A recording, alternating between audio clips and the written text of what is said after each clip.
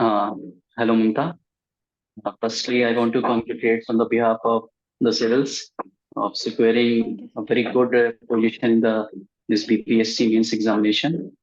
तो पहले ममता के बारे में हम थोड़ा सा आपको बता भी देते हैं। ममता जो है हमारी बीपीएससी सुपर 20 जो बैच था मेंटरशिप की, वो एक स्टूडेंट थी और बहुत अच्छा उन्होंने वहाँ पर करती थी अपने हिसाब से, वो अच्छी परफॉर्म करती थी। और जो सब्सिडरी बीपीएससी का जो रिजल्ट आया है उसमें ये सब डिविजनल वेलफेयर ऑफिसर के रूप में ये सिलेक्ट हुई है। तो आइए ममता से हम जानते हैं कि ये उनकी जर्नी यहाँ तक जो बीपीएससी जैसे प्रतिष्ठित जो ये कमीशन है उसके एग्जाम को पास करना, उसके अंदर एंट्री करना, तो किस तरह से उनका ये प्रोसेस रहा है, ये जर्नी उनसे जानने की कोशिश करते हैं। ठीक है।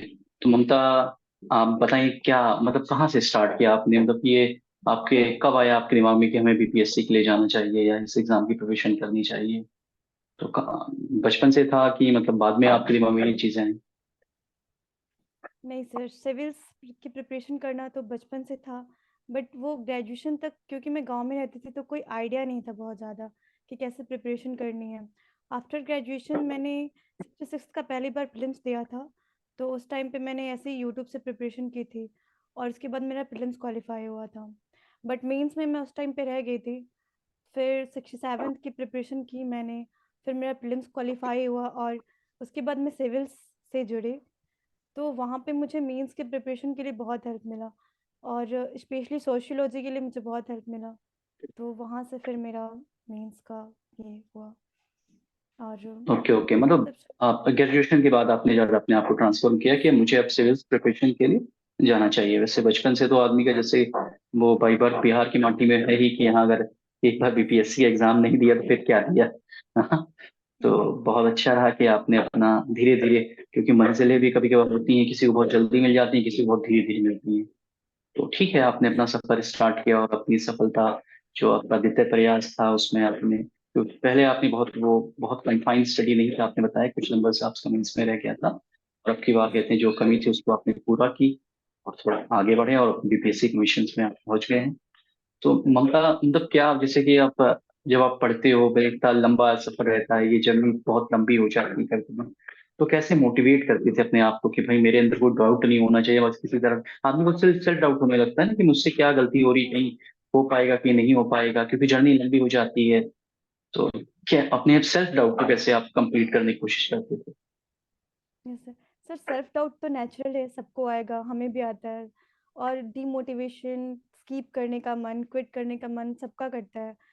बट वही चीज़ है कि आप अगर जितना टाइम आपको क्विट करने में लगता है, अगर उतना टाइम आप एक बार एफर्ट के लगाते हो सकता है आपका सिलेक्शन हो भी जाए। ये सोच के आप मोटिवेटेड रहते हो। आपकी फैमिली आपको जब सपोर्ट करती है, आपके टीचर्स, आपके दोस्त, तो फिर थोड़ा इजी हो जाता है, फिर मोटिवेट रह पाते हो आप। और फिर आप अपने प्रिपरेशन में लगे रहते हो, बिकॉज क्विट करने का कोई ऑप्शन नहीं है। आप अगर लगे रहोगे तो आपका कभी ना कभी हो ही जाएगा। हाँ, तो ये तो बड़ी अच्छी बात है, आपने कहा कि लड़ाई लड़नी है जब तो उससे लड़ते रहना है, और यस अगर हम पीछे नहीं हटेंगे तो हम आगे बढ़ जाएंगे।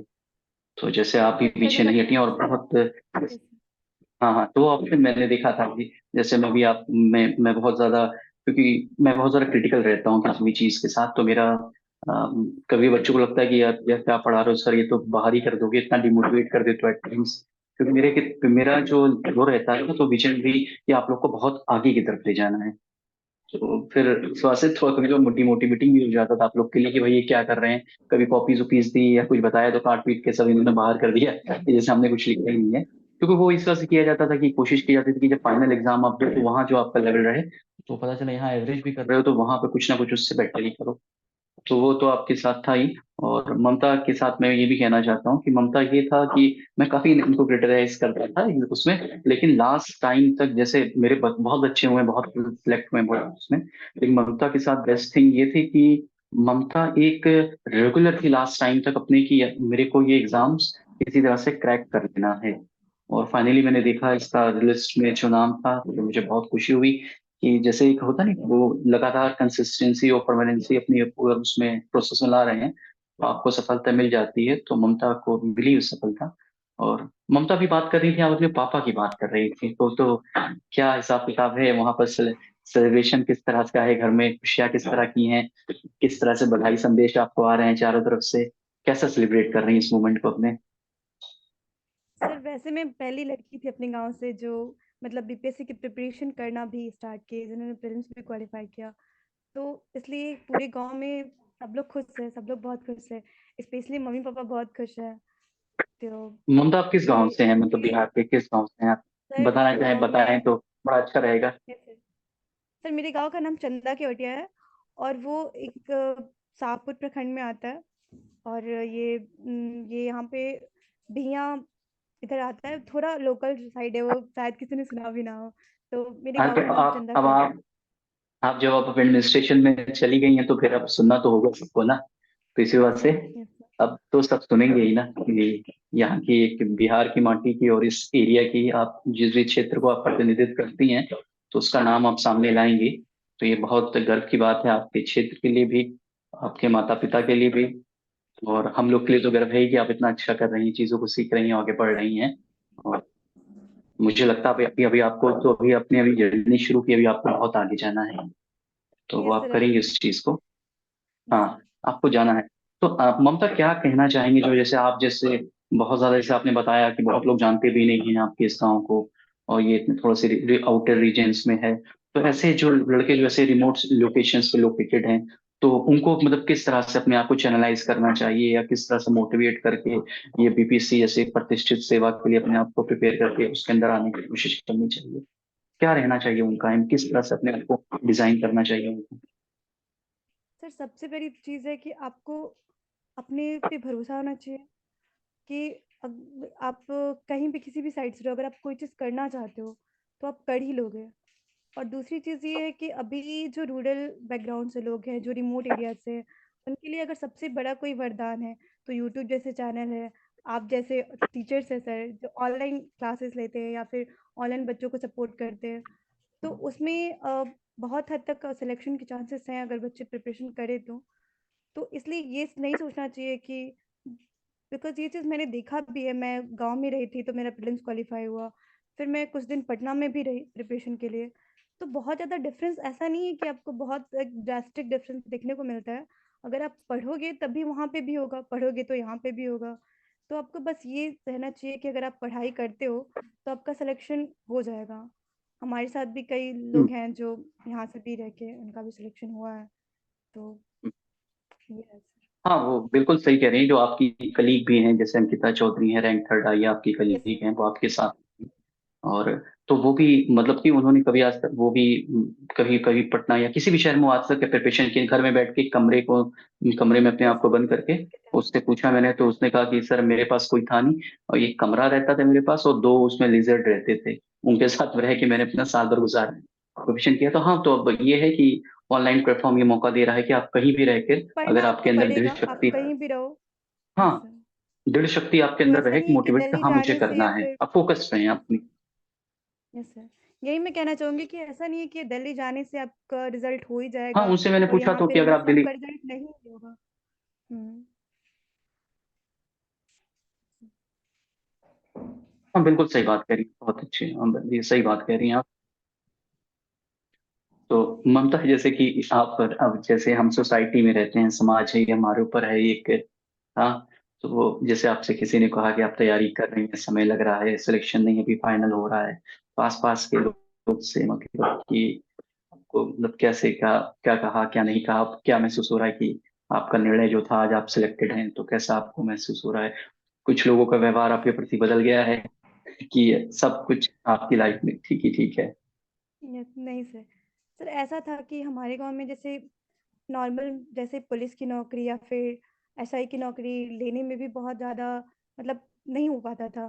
तो लोगों को लगता था कि ये सारी नौकरी तो ऐसे तो मिलती नहीं है, बहुत सारे ये सारी मतलब जिसके सोर्सेस होते हैं उन्हीं का जॉब होता है, क्यों कर रही हो प्रिपरेशन, ये सारी चीज़ों से कुछ होता नहीं है, एंड इस बैकग्राउंड से तो बिल्कुल ही नहीं होगा। तो ये सारी चीज़ें थी। अभी जैसे हो गया तो बहुत सारे लोगों को तो ये विश्वास ही नहीं होता है कि हो गया। और जिन लोगों को विश्वास हुआ है वो बहुत खुश है। वो खुश है कि हाँ चलो गांव से कोई ऐसी चीज़ हुई है जिसकी वजह से लोग प्राउड फील कर सकते हैं। तो ये आसपास के गांव के लिए भी क्योंकि अभी आस-पास के गाँव तक भी किसी का सिलेक्शन नहीं हुआ है बीपीएससी में। तो इसलिए सब लोग खुश हैं। कुछ लोगों को विश्वास अभी धीरे-धीरे होना स्टार्ट हुआ है। तो ऐसा। नहीं, जैसे कि हमारे प्रधानमंत्री मोदी जी भी कहते हैं कि हमारा उनका टैगलाइन भी है कि ग्रामोदय से ही भारत का उदय होगा, ग्राम से ही भारत का, ग्रामोदय से जो भारत उदय की संकल्पना की जा रही है। तो आप लोग जैसे आप इससे ग्राम से ही आ रही हैं अगर वो, तो आप आगे बढ़ेंगे और भारत का उदय तो आप ही की बेटियां हैं, आप ही लोग के हाथ में, आप इसको करेंगे। ये सर एक चीज़ और ऐसा हो जाता है सर कि अभी लोगों को भरोसा हो गया है कि यहाँ से भी हो सकता है चीज़ें। तो एक चीज़ होगी कि अब जो भी लोग अपनी बेटियों को नहीं पढ़ा रहे थे या फिर जो भी लोग अपने बच्चों को ऐसे प्रिपरेशन से दूर रख रहे थे कि इन सब प्रिपरेशन में कुछ नहीं रखा है, होता नहीं है, किसी का भी सिलेक्शन नहीं होता है। तो वो लोग शायद मोटिवेट हो जाए इस चीज़ से कि नहीं यहाँ से भी रह के हो सकती है चीज़ें, तो शायद वो भी अपने बच्चों को प्रेरित करे इस चीज़ के लिए। और मैं चाहूँगी कि और लड़कियाँ मेरे गाँव से सेलेक्ट हो इस जगह से। बहुत अच्छी बात आपने कही कि आपके बहुत से और भी लोग सिलेक्ट हुए और आगे बढ़े।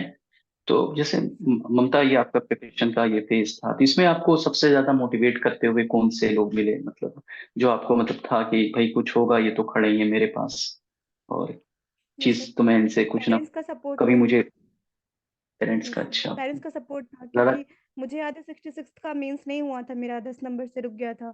तो मैंने बोला था कि हम्म मैं घर आ जाती हूँ, तो मेंस के टाइम पे मैं पटना रह रही थी।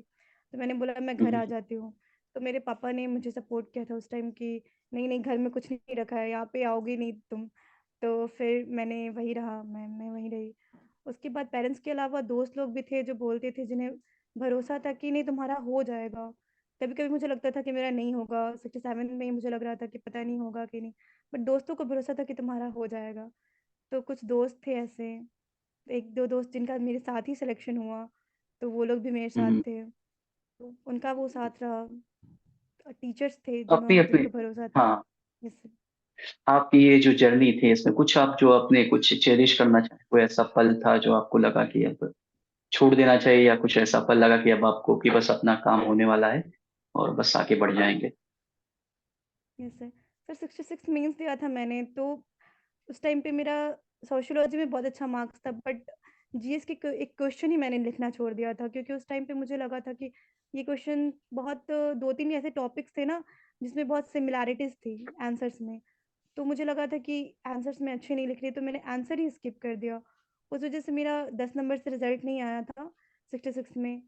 फिर उस टाइम पे मुझे लगा कि मुझे मतलब मुझसे नहीं होगा।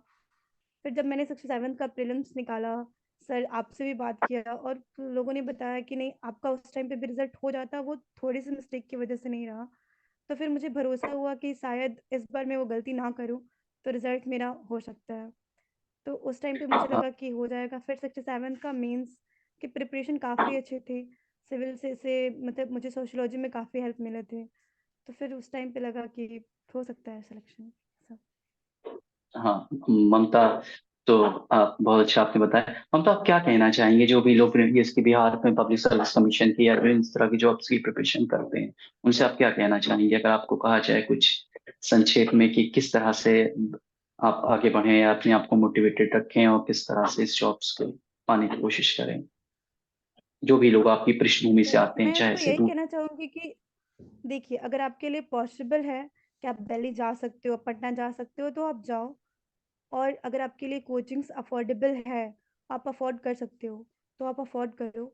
बट अगर आपको लगता है आप कोचिंग अफ़ोर्ड नहीं कर पाओगे, आप दिल्ली नहीं जा पाओगे या फिर पटना नहीं जा पाओगे, तो कोई बात नहीं। आप बिल्कुल भी ऐसा एक पल के लिए भी ना सोचें कि यहाँ रह के मेरा सिलेक्शन ना होगा, क्योंकि यहाँ से भी सिलेक्शन हो सकता है। बस एक चीज़ है, आपको पढ़ाई करनी पड़ेगी, आपको पढ़ाई वहाँ पे भी करनी पड़ेगी, आपको पढ़ाई यहाँ पे भी करनी पड़ेगी। तो अगर आप इस चीज़ के लिए कमिटेड हो कि मैं डिसिप्लिन्ड होके पढ़ाई कर सकता हूँ 7 6-7 घंटे रोज़। मैं डिसिप्लिन्ड होके अपने आंसर्स लिख सकता हूँ और मैं ये सारी चीज़ें कर सकता हूँ जो भी रिक्वायर्ड है इस प्रिपरेशन के लिए। तो आपका बेशक कहीं से भी सिलेक्शन हो जाएगा और आपको बिल्कुल भी ये नहीं होना चाहिए। मेरे खुद कुछ दोस्त हैं जो इस बार 1-2 नंबर से रह गए, बट डेफ़िनिटली उनका इस बार या फिर नेक्स्ट टाइम पे सिलेक्शन हो जाएगा। तो अगर आपका 1 या 2 नंबर से रह रहा है, कहीं से कुछ रुक जा रहा है, इसका मतलब बिल्कुल भी नहीं है कि आप में योग्यता नहीं है। और या फिर किसी का 1-2 मार्क्स से हो जा रहा है, तो हो सकता है ये उसका लक भी हो। तो आप लगे रहें प्रिपरेशन में, आपका हो जाएगा, सबका हो जाएगा। कई दोस्त हैं जिनका 3-4 बार इंटरव्यू देने के बाद इस बार सिलेक्शन हुआ, तो ये उनका पेशेंस है कि वो लगे रहें। तो वही चीज़ है, आप अगर लगे रहोगे तो आपका इसमें डेफ़िनेटली हो जाएगा। और अब तो बीपीएससी के साथ एक चीज़ अच्छी है कि पहले उसकी वैकेंसीज़ बहुत लेट-लेट आती थी। तो अगर एक बार सिलेक्शन नहीं हुआ तो फिर से 3 साल वेट करो। अब ऐसा है कि चलो अभी इस बार रुक गया तो 69th है, 17th की वैकेंसीज़ आ रही हैं। तो आपको अच्छे से प्रिपरेशन करते रहनी चाहिए, बस मोटिवेटेड होके, कहीं भी रह के, तो वो चीज़ हो जाएगी। तो ममता का बेसिकली मानना है कि अगर आप लगे रहेंगे, लगातार प्रयास करते रहेंगे और पीछे हटेंगे नहीं, तो सफलता आपके पास उपस्थित हो जाएगी। सर, बीपीएससी ने और अपने आप ये को बहुत हद तक सुधारा है, तो बहुत चीज़ें अभी अच्छी हो रही हैं, टाइम पे एग्ज़ाम्स हो रहे हैं, तो आप लगे रहो, आपका हो जाएगा। हाँ, तो अतुल प्रसाद सर को भी इसमें धन्यवाद है कि वो जो काम कर रहे हैं बहुत अच्छे से कर रहे हैं और बहुत यस सर। सिस्टमेटिक चीजों की जा रही हैं।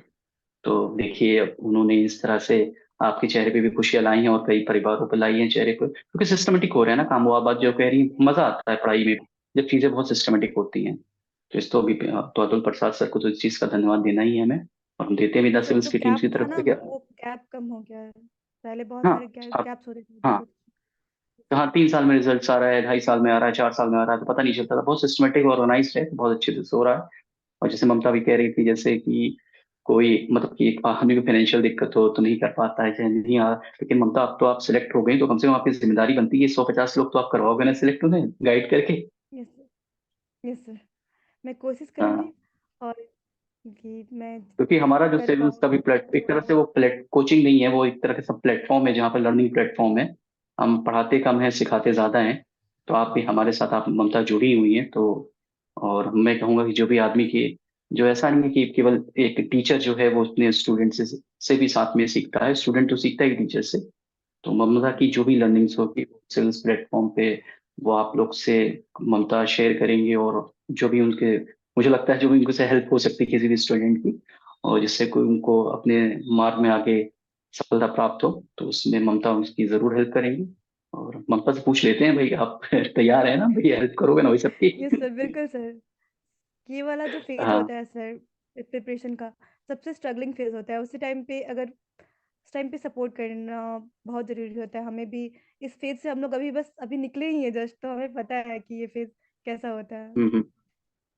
हाँ, तो वो तो मैं कहता हूँ सेल्स में कि भले ही मैं जो भी चार्जेस, मैं चार्जेस ज्यादा ही लेता हूँ, कम नहीं लेता हूँ किसी चीज समय मैं एक्चुअल में। लेकिन अब ये कोई भी बंदा अगर टैलेंटेड है और वो चाह रहा है कि सिलेक्शन उसको लेना है, तो पैसे की कमी कभी उसको सिलेक्शन के बीच में नहीं ला सकती। क्योंकि अब जो भी आप भी जो भी लोग हैं, मैं अंकिता से बात कर रहा हूँ या धनराज से भी, जो भी, अब तो पहले मैं स्टार्ट किया था तो कम लोग थे हमारे प्लेटफॉर्म पे। अब तो मेरे पास इतने ढेर सारे ब्रांड एम्बेसडर हैं, एक एक बंदा अगर 50-50 बंदों को भी बनाएगा तो 500 की पोस्ट तैयार कर देगा। बीपीएससी ऑफिसर सारे जहाँ घूमेंगे। तो आप लोग अच्छे से ममता से बात हुई, ममता से आप लोग ने बहुत कुछ सीखा, जाना, छोटे रीजन से भी कैसे आगे बढ़ा जा सकता है, और छोटी छोटे जो सपने भी बना के बड़े सपने बन सकते हैं। और मुझे लगता है कि ममता अभी बहुत दूर तक जाएंगे, और ये इन्होंने एक शुरुआत कर दी है as a sub divisional welfare officer के रूप में। और सिविल्स टीम की तरफ से ममता को बहुत बहुत हार्दिक बधाई है। और ये अपनी सक्सेस को एंजॉय करें, और आगे ये लोगों को पढ़ाएं, सिखाएं, और हमसे भी सीखें कि ये आगे और आगे जाएं। ठीक है, तो इसी के साथ हम ये सेशंस खत्म करते हैं ममता के साथ। ठीक है ममता।